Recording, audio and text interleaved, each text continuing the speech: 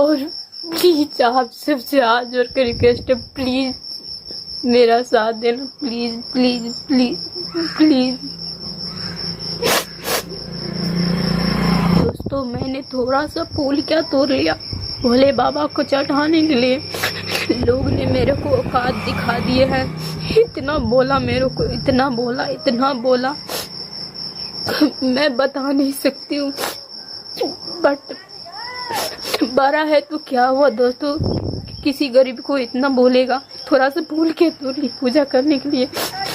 दोस्तों कसम है मेरी भोले बाबा की, मैं उनसे बड़ा होकर ना दिखाऊंगी ना तो मेरे जीने का क्या फायदा है। जैसी तैसी वीडियो बनाऊंगी और वक्त अपलोड करूंगी, मगर उनसे बड़ा होकर मैं जरूर दिखाऊंगी। ये मेरा शपथ है और कसम है भोले बाबा की, क्योंकि मैंने बहुत बर्दाश्त कर लिया यार, मैंने बहुत बर्दाश्त कर लिए। थोड़ी सी फूल तोड़ ली तो क्या हो गया, जब बोल रहे हैं मैं थोड़ी सी फूल कर ली।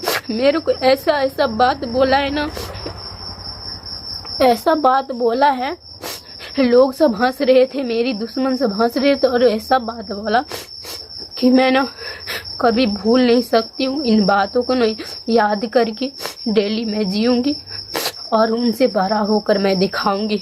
बस यही कहनी थी। बस दोस्तों